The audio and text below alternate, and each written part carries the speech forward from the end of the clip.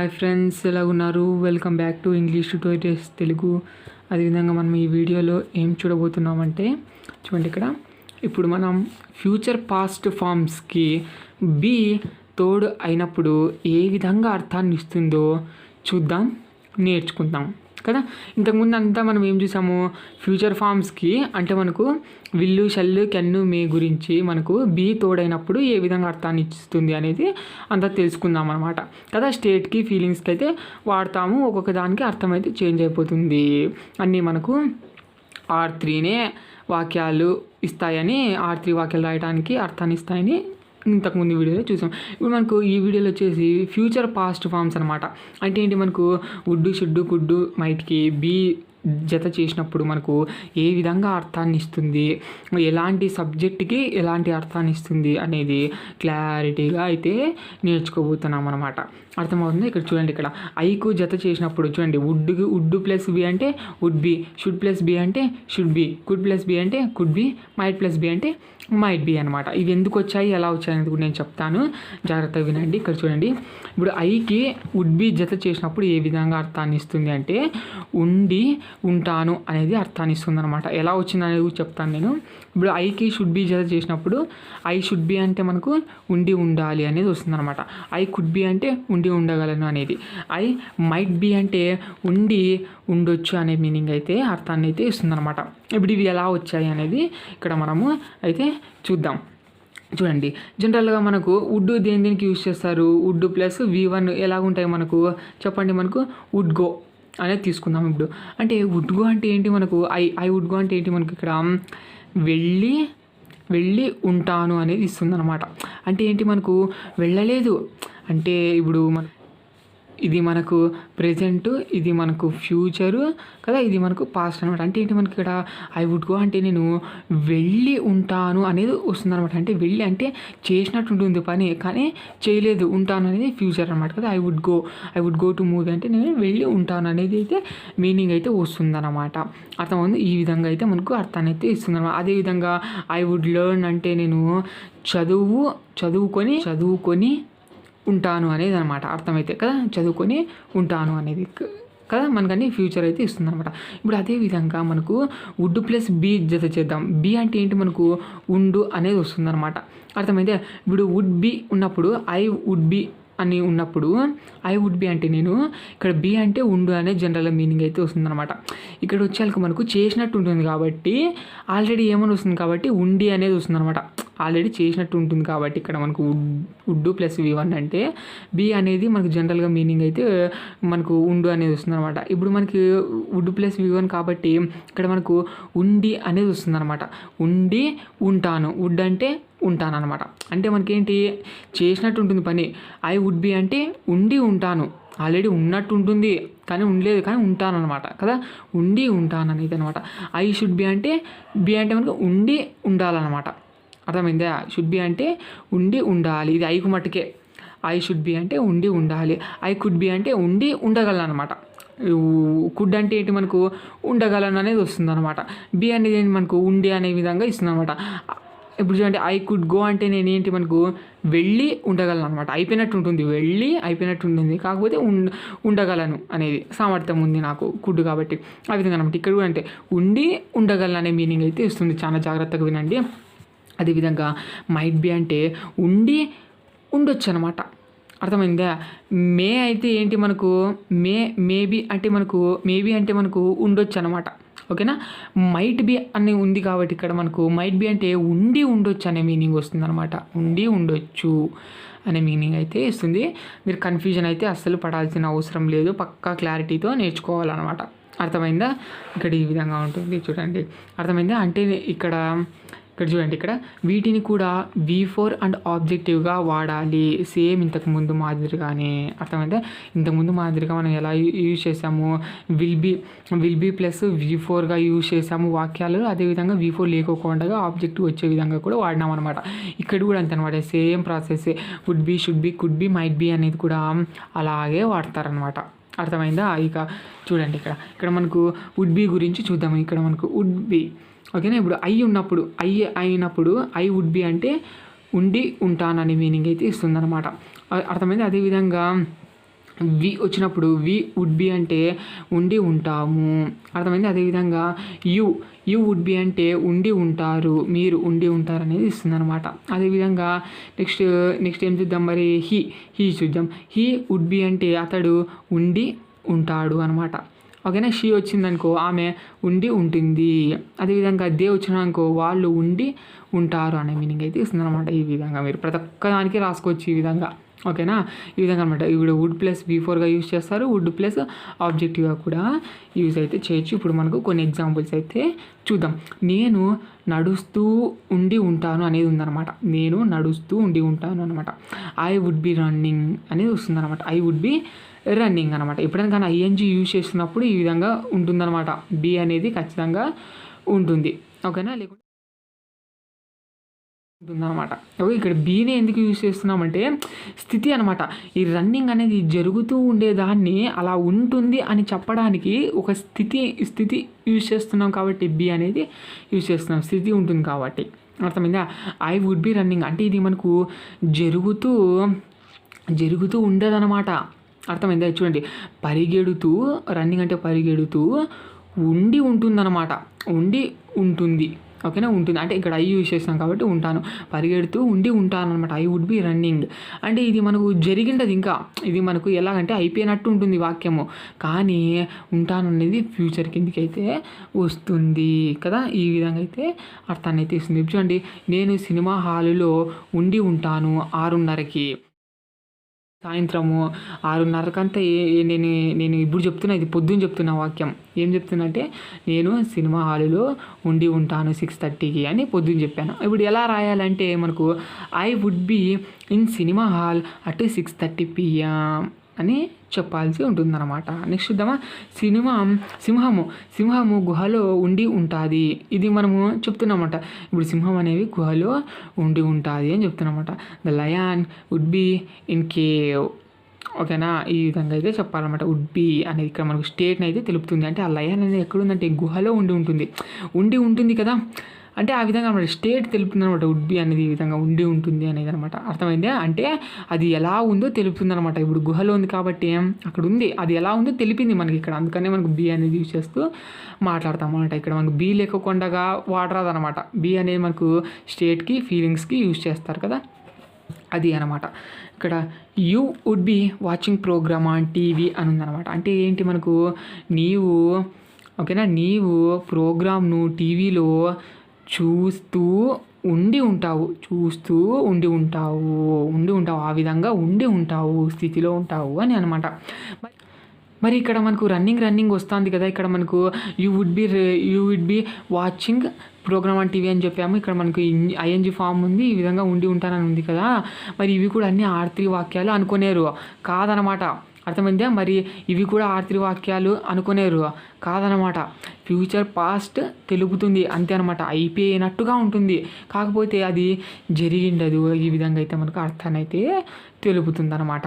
చెప్పాలంటే 2 రకాలుగా తెలుపుతుంది. ఇక్కడి వరకు మీరు కన్ఫ్యూజ్ పడుకోకుండా ఫ్యూచర్ కానీ తెలుపుతుంది అనేది పెట్టుకోండి మీరు. అర్థమైందా. ఈ విధంగా అనమాట. I would be going to college tomorrow అంటే నేను రేపు అనేది వెళుతూ ఉండి ఉంటానన్నమాట. వెళుతూ ఉండి ఉంటాను అనేది అనమాట. Mummy would be in market అంటే ఉండి ఉంటుంది. Mummy would be in market ఉండి ఉంటుంది మార్కెట్లో. టైమింగ్ కావాలంటే పెట్టుకోవచ్చు. The tiger would be roaring in that story అంటే ఏంటి మనకు గర్జిస్తూ, రోరింగ్ అంటే అర్థమైందా.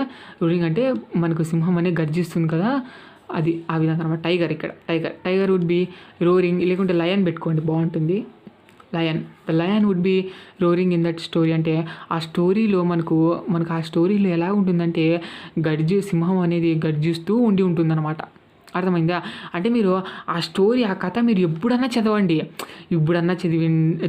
లేకుంటే గతంలో అన్నా చదివిండండి, లేకుంటే ఫ్యూచర్లో అన్నా చదవండి. మీరు ఎప్పుడు చదివినా ఏముంటుందంటే ఆ లయన్ అనేది వుడ్ బి రోరింగ్, ఆ కథలో చూసినా కానీ లేకుంటే టీవీలో ఆ స్టోరీ ప్లే అవుతుంది అనమాట. అర్థమైందా. నువ్వు ప్లే చేసుకున్నా, లేకుంటే ఫ్యూచర్లో ప్లే చేస్తున్నా, లేకుంటే పాస్ట్లో ప్లే చేస్తున్నా, ఎప్పుడు చేస్తున్నా ఆ స్టోరీ మటుకు, ఆ స్టోరీలో మనకు పులి అయితే ఏ విధంగా ఉంటుందంటే గర్జిస్తూ ఉంటుందన్నమాట. అర్థమైంది. ఆల్వేస్ కావాల్సింటే ఆల్వేస్ పెట్టుకోండి. The tiger would be roaring in the story always అని కూడా పెట్టుకోవచ్చు అనమాట. ఆ విధంగా అర్థమైందా. ఇక్కడ Ethvik would be in tension on stage. చూడండి, ఎత్విక్ అనే ఆయన మనకు ఉంటాడనమాట. వుడ్ బి ఉండి ఉంటాడనమాట. ఏ విధంగా ఉండి ఉంటాడంటే ఇన్ టెన్షన్లో ఉండి ఉంటాడనమాట స్టేజ్ పైన. ఆ విధంగా అనమాట. ఇంటెన్షన్ వేరు. ఇంటెన్షన్ అంటే ఉద్దేశం అనమాట. ఉద్దేశం, ఇప్పుడు మనసులో ఒక ఉద్దేశం ఉంటుంది కదా మీరు, అది అనమాట. అది మనకు ఇంటెన్షన్ అంటారు అనమాట. ఇక్కడ ఇన్నుని టెన్షన్ని విడదీశాను అనమాట. అంటే ఏంటి, Ethvik would be in tension అనమాట. అంటే ఒక ఫీలింగ్లో ఉంటాడు కదా, టెన్షన్లో ఉంటాడు. ఆన్ స్టేజ్ పైన ఉండి ఉంటాడు అనేది. ఉండి ఉంటాడు. చూడండి, జాగ్రత్తగా గమనించుస్తూ రావాలి మీరు. అర్థమైందా. They would be going to America అంటే వెళుతూ ఉండి ఉంటారు. ఆ విధంగా అనమాట. Rats would be eating rice అంటే తింటూ ఉండి ఉంటాయి అనమాట. అర్థమైందా. తింటూ మనకు యాడ్స్ అయితే ఉండి ఉంటాయి. అర్థమైందా. ఇప్పుడు మీరైతే ఊర్లో ఉన్నారు. అర్థమైందా. మీరు ఏదో పని మీద ఊరికి వచ్చినారనమాట. మీ ఇంట్లో ర్యాట్స్ ఉంటాయి అనమాట. ర్యాట్స్ అనేవి నువ్వు అనుకుంటావు అనమాట. The rats would be eating rice అనమాట. అంటే తింటూ ఉండి ఉంటాయి. ఇప్పుడు నీకు నైట్ అయ్యింది ఇక్కడ, ఓకేనా. ఇక్కడ నైట్ అయ్యింది. ఇప్పుడు నువ్వు విలేజ్లో ఉన్నావు, ఎక్కడో ఒక పని మీద ఊరికి వచ్చినావు, నైట్ అయ్యింది. నువ్వేమనుకుంటావు అంటే ఆ పాడు ఎలుకలు ఉన్నాయి, తింటూ ఉంటాయి అనుకుంటావు అనమాట. ఈ విధంగా rats would be eating rice అనమాట. అంటే ఇక్కడ మనకు జరుగుతూ ఉన్నట్టు ఉంటుంది, కానీ ఉండి ఉంటాయని నువ్వు అలా అనుకుంటావు అనమాట. అర్థమైందా మీకు. ఆ విధంగా అనుకుంటావు అనమాట. అర్థమైందా. అంటే ఇక్కడ మనకు ఫ్యూచర్ పాస్ట్ అనమాట. అది మనకు ఫ్యూచర్గాను ఉపయోగపడుతుంది, పాస్ట్గాను ఉపయోగపడుతుంది. రెండు వాక్యాల అర్థాన్ని ఇచ్చేటట్టుగా ఉంటుంది. కన్ఫ్యూజ్ పడకూడదు. రైట్. నెక్స్ట్ చూద్దాం. నెక్స్ట్ వచ్చేసి షుడ్ బి ఏ విధంగా అర్థాన్ని ఇస్తుంది అని చూద్దాం. ఐ షుడ్ బి అంటే నేను ఉండి ఉండాలి. వి షుడ్ బి అంటే మనము ఉండి ఉండాలి. అర్థమైందా. అదేవిధంగా యూ షుడ్ బి అంటే నీవు ఉండి ఉండాలి అన్నమాట. అదేవిధంగా హీ షుడ్ బి అంటే అతడు ఉండి ఉండాలన్నమాట. అర్థమైంది. షీ షుడ్ బి అంటే ఆమె ఉండి ఉండాలి అనమాట. అది రన్నింగ్లో కానీ, లేకుంటే ఉత్త ఆబ్జెక్టివ్లో కానీ, స్థితిలో కానీ. ఇది స్థితి వస్తుంది, ఇది మనకు ఫీలింగ్ కిందికి కూడా వస్తుంది, లేకుంటే స్థితి కింద కూడా వస్తుంది అనమాట. అర్థమైందా. చూడండి, ఇక్కడ ఇప్పుడు ఎగ్జాంపుల్స్ చూద్దాం. I should be serious in drama. చూడండి, ఐ షుడ్ బి సీరియస్, నేను సీరియస్గా ఉండాలి. చూడండి, ఫీలింగ్ ఇది. సీరియస్గా ఉండాలి, ఖచ్చితంగా ఉండి ఉండాలి. అర్థమైంది. I should be serious in డ్రామాలో సీరియస్గా ఉండి ఉండాలి. అర్థమైందే. లేకుంటే నీ ఉండాలంటే నేను చెప్తాను ఈ వాక్యం నీకు. You should be serious in drama, సీరియస్గా ఉండి ఉండాలి. ఇప్పుడు డ్రామా ప్లే అవుతుంది కదా, అందులో నువ్వు క్యారెక్టర్ ఏంటంటే సీరియస్గా ఉండటం అని మీనింగ్ అయితే అంటే ఉండాలి, నువ్వు ఖచ్చితంగా ఆ విధంగా ఉండాలని తెలుపుతుంది. హీ షుడ్ బి గోయింగ్ అంటే వెళుతూ ఉండి ఉండాలి. ఓకేనా. వెళుతూ ఉండి ఉంటాడంటే హీ వుడ్ బి గోయింగ్. అర్థమైతే. బాగా ప్రాక్టీస్ చేయాలి మీరు. ప్రాక్టీస్ చేస్తేనే వస్తాయన్నమాట. ప్రాక్టీస్ చేయకుండా అస్సలైతే రావు. అర్థమైతే. Children should be sleeping on bed అనమాట. అంటే పడుకుంటూ ఉండి ఉండాలి. Children should be sleeping on bed అని చెప్తున్నావు వేరే వాళ్ళకి. పిల్లలు అనేవారు ఎప్పుడైనా కానీ బెడ్ పైనే పడుకుంటూ ఉండాలి అనే విషయం కూడా తెలుపుతుంది అనమాట. ఐ షుడ్ బి కమింగ్, నేను వస్తూ ఉండి ఉండాలి. I should be coming with you, నేను నీతో వస్తూ ఉండాలి అని మీనింగ్. ఉండి ఉండాలి అనేది, ఓకేనా. ఉండి ఉండాలి అనేది తెలుపుతుంది. వస్తూ ఉండాలి అంటే ఏం అవుతుంది చెప్పండి. ఇప్పుడు ఉండి అనేది తీసేద్దాం, జరిగినట్టు ఉంటుంది. ఉండి అంటేనే మనకి ఎలాంటి ఉండి ఉండాలంటేనే మనకు షుడ్ బి అనేది తెలుస్తుంది అనమాట. ఇప్పుడు ఉండి ఉండాలి లేకుండా ఇక్కడ ఉండి తీసేసి ఇప్పుడు నేను వస్తూ ఉండాలి అన్నప్పుడు ఏ విధంగా వస్తుందంటే ఐ షల్ బి కమింగ్ అని వస్తుందన్నమాట. ఐ షల్ బి కమింగ్ అనేది కదా ఇంతకుముందే చూసామన్నమాట. ఈ విధంగా చూడండి. ఇక్కడ మళ్ళీ దే షుడ్ బి కమింగ్ అంటే వాళ్ళు వస్తూ ఉండి ఉండాలి అన్నమాట. అర్థమైందా. పలానా టూరుకి కానీ, లేకుంటే పిక్నిక్ కానీ, సినిమాకి కానీ, ఎప్పుడైనా కానీ వాళ్ళు కూడా మనతో పాటు వస్తూ ఉండాలి అనే దానికి ఉపయోగిస్తారు. దే షుడ్ బి కమింగ్ అని, లేకుంటే they should be coming to cinema అని. అర్థమైందా. ఆ విధంగా మీరు ఇంకా అలా ఆబ్జెక్ట్ ఎంత కావాలంటే అని పెట్టుకోండి. చూడండి, షుడ్ బి గో అని వాడరాదు, ఇలా తిక్కగా వాడరాదు. అర్థమైందా. బి ఎప్పుడైనా వచ్చిందంటే ఇక్కడ మనకు ఐఎన్జీ ఫామ్ అన్నా ఉండాలి, ఓబీజే ఆబ్జెక్ట్ అన్నా ఉండాలన్నమాట. అంటే ఏంటి, మనకు ఆబ్జెక్ట్ అంటే ప్రిపోజిషన్తో కలిపి అయితే ఉంటుందన్నమాట. ఓకే, అర్థమైందా మీకు? ఆ విధంగా అయితే ఉండాలన్నమాట. ఎప్పుడైనా కానీ షుడ్ ఉంది కదా, మరి షుడ్ పక్కన V1 ఉండాలి కదా అని చెప్పేసి మీరు షుడ్ బి, ఇప్పుడు షుడ్ బి పక్కన గో వాడతానంటే కుదరదు అలాగా. అర్థమైందా? షుడ్ ప్లస్ V1 అంటే షుడ్ బీనే ఉండాలని అర్థం అయితే వస్తుందన్నమాట. అర్థమైందా? మీరు అన్ని కండిషన్స్ పక్కాగా చూసుకుంటూ నేర్చుకోవాలి. She should be having meals అంటే తింటూ ఉండాలి. అర్థమైందా? She should be having meals తింటూ ఉండాలి. అర్థమైందా? ఉండాలి, ఖచ్చితంగా షుడ్ అంటే ఉండాలి అనేది కదా. ఈ విధంగా రాణి షుడ్ బి లవింగ్ హిమ్ అంటే ప్రేమిస్తూ ఉండాలి. నాకు తెలిసి రాణి షుడ్ బి లవింగ్ హిమ్ అంటే ప్రేమిస్తూ ఉండాలి. ఇది మనకు 2 రకాలుగా వస్తుంది చూడండి. ఇక్కడ మనకు చూడండి, రాణి వుడ్ తీసుకోండి, WOULD కదా వుడ్ అనేది. రాణి వుడ్ బి లవింగ్ హిమ్ అంటే ప్రేమిస్తూ ఉంటుంది అనేది అనమాట. అర్థమైందా? ప్రేమిస్తూ ఉంటుంది. ఓకేనా?